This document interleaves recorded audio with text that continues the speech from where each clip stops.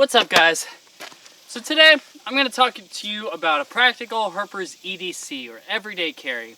These are things that you're going to take with you on a trip if you're going out herping looking for different reptiles.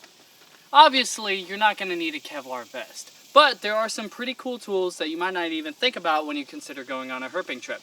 So first of all, this video was made possible by those at Faunacraft and Snake Charmer Hooks. Both these companies make excellent products, and actually Faunacraft is doing a giveaway on this video. So how you win is you comment down below, you tell me what you want to put this on. This is a desert tesserae. This is going to be great for stuff like bearded dragons or arid loving arachnids like tarantulas or scorpions. So comment down below what you would put on this, and then of course give this video a thumbs up. And if you like my videos, feel free to hit that subscribe button. Also, a fantastic sponsor is going to be Snake Charmer Hooks. I beat the crap out of my hooks. I can't do the carbon fiber golf club stuff anymore because when I'm flipping something heavy, when I'm working with something venomous, I want to know that my hook's going to last. If you'll notice, mine's a little bit bent. That's because I cranked it at 90 degrees.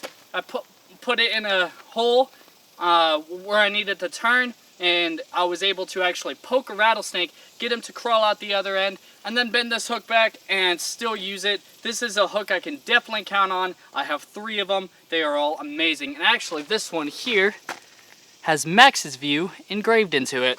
So let's go down the line on the different things you'll need, and we'll actually start with the snake hook. Now, all of these different things vary based off of what you're trying to do. If you're just going out road cruising and looking to move some snakes off the road, take a couple pictures, you won't necessarily need a big hook like this unless you're less comfortable with possible venomous animals. You can use the small hooks like these, and these are fantastic because you can set them right in your lap. They're easy to move in and out of a car, so I do use these a lot if I'm just road cruising or keeping them in a car. Or if you're out hiking, you can actually, I've used this before kind of as a hiking stick. If you look at this one, you'll see that this right here has some notches, and that's made for being able to grip under rocks, under cinder blocks, to where your hook doesn't slip off like a lot of other ones do. And it's actually going to be flat on the bottom, so you can really get under any sort of exposure that rock has. So let's just go through what's on your person and how you should dress and different things that you can have on you if you're going out herping. Army surplus stores are your best friends. You can find a lot of really good stuff if you know what you're looking for. Of course, I've got these boots here, good hiking boots. I love quick-dried clothing. Of course, I'm sweating a little bit because it's over 100 degrees out right now.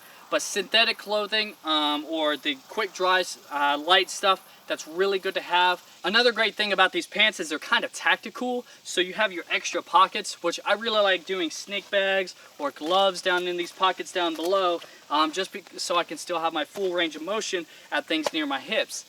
When you're climbing and you're just, whether it's on hot rocks or on sharp stuff, whether there's cactus, needles, any sort of thing like that, gloves are really nice to have when you're climbing over those rocks. Of course, you'll want a snake bag if you plan on capturing something.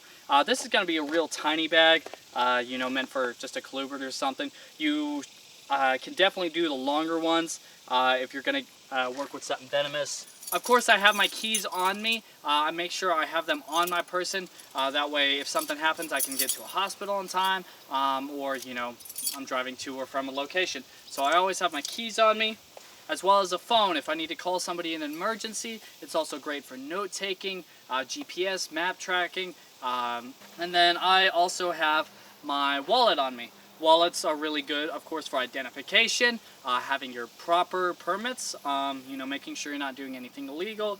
Just having that stuff on you is just really nice to, quick access, of course, just keep it in your wallet. As well as a multi-tool. I can do so much with this. These things are like $5 on Amazon, and believe it or not, I use this all the time. Say you're heading back to a local hotel, want to crack open a cup of cold ones, it has a bottle opener, fits right in your wallet. 3 things definitely should have on your person.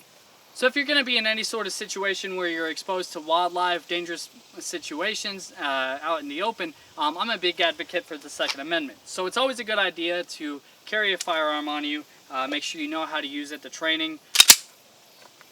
Got it. I have had to use mine in a couple different situations. One of the situations being out in Arizona, signaling for help after somebody got snake bit. we were in an area without cell phone coverage, and 3 shots 5 seconds apart is an SOS. I also had my flashlight and it was strobing, so that way I could signal where. And actually one of the people we were with got taken off in a helicopter. So whether it's signaling for help, protecting yourself, definitely keeping a firearm on you is a really good idea. So I've been pulling a lot of stuff out of my pockets, and that can weigh your pants down a lot. So these belts are really cool. You can find them at Army surplus stores. This is if you plan on going any sort of more extensive. You can put water bottles in these. This is a MOLLE system, so you can put as much in here as you need or want. I've had bottles of water here. I have a knife on me if I need to cut something for whatever purpose. It's always just nice to have a knife on you.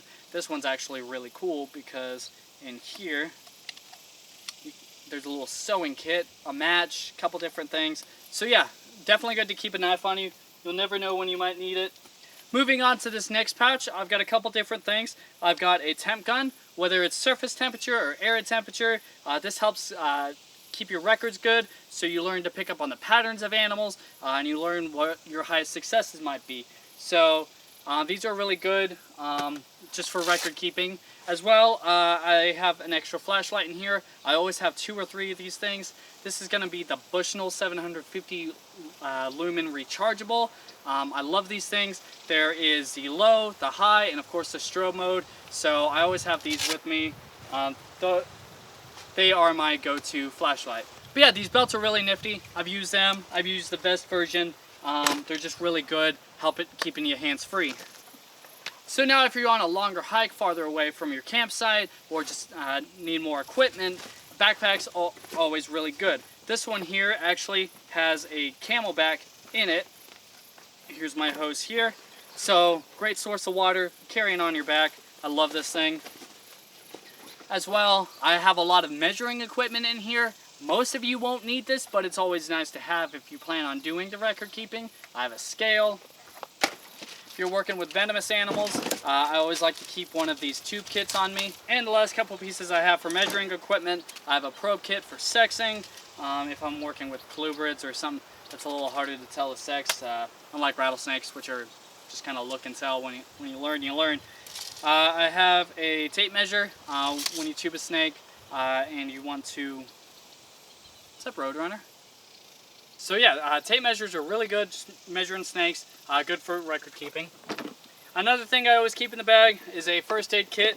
You can have a big one or you can have a small one. This one I just happen to have the big one with me just because I have chem lights in it, different marking things. But bandages, it just varies based off of what you're going for.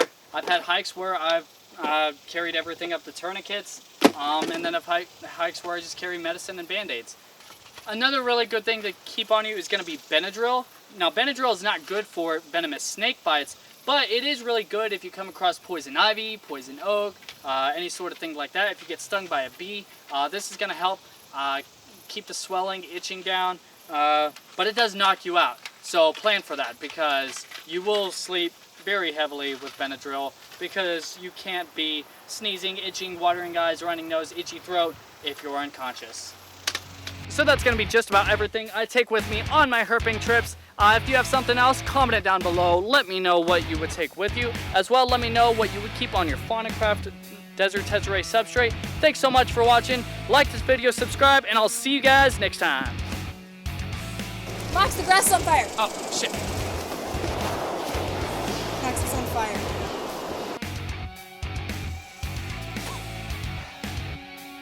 Okay, so stand in front of me. And I'm not going to run very fast, but you'll just shuffle backwards. Ready? Okay, that's all we need.